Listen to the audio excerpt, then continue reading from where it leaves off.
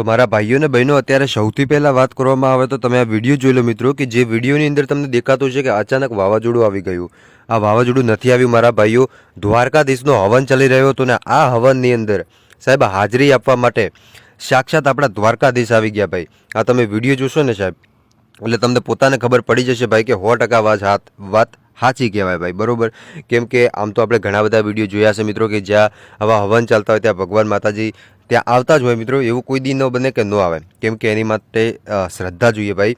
જો તમારી અંદર શ્રદ્ધા હોય ને ભાઈ તો તમે કાયદેસર એ ભગવાન તમારે ત્યાં આવવું જ પડે ભાઈ. ન આવતા હોય ને તો એ આવવું જ પડે ભાઈ કે એના અહીંયા તો જવું જ પડશે ભાઈ. પણ એની માટે તમારી અંદર શ્રદ્ધા હોવી જોઈએ મિત્રો. શ્રદ્ધાનો વિષય ઘણા બધા કહે છે ને ભાઈ આજકાલ ભણેલા ગણેલા લોકો કે ભગવાન નથી હોતા ને આ તો અંધશ્રદ્ધા અને ભારતને અંધશ્રદ્ધામાંથી બહાર લાવો.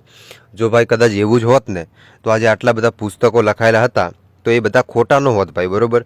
અને વિદેશના લોકો આપણી સંસ્કૃતિ અપનાવી રહ્યા છે તો એ ખોટું નથી ભાઈ.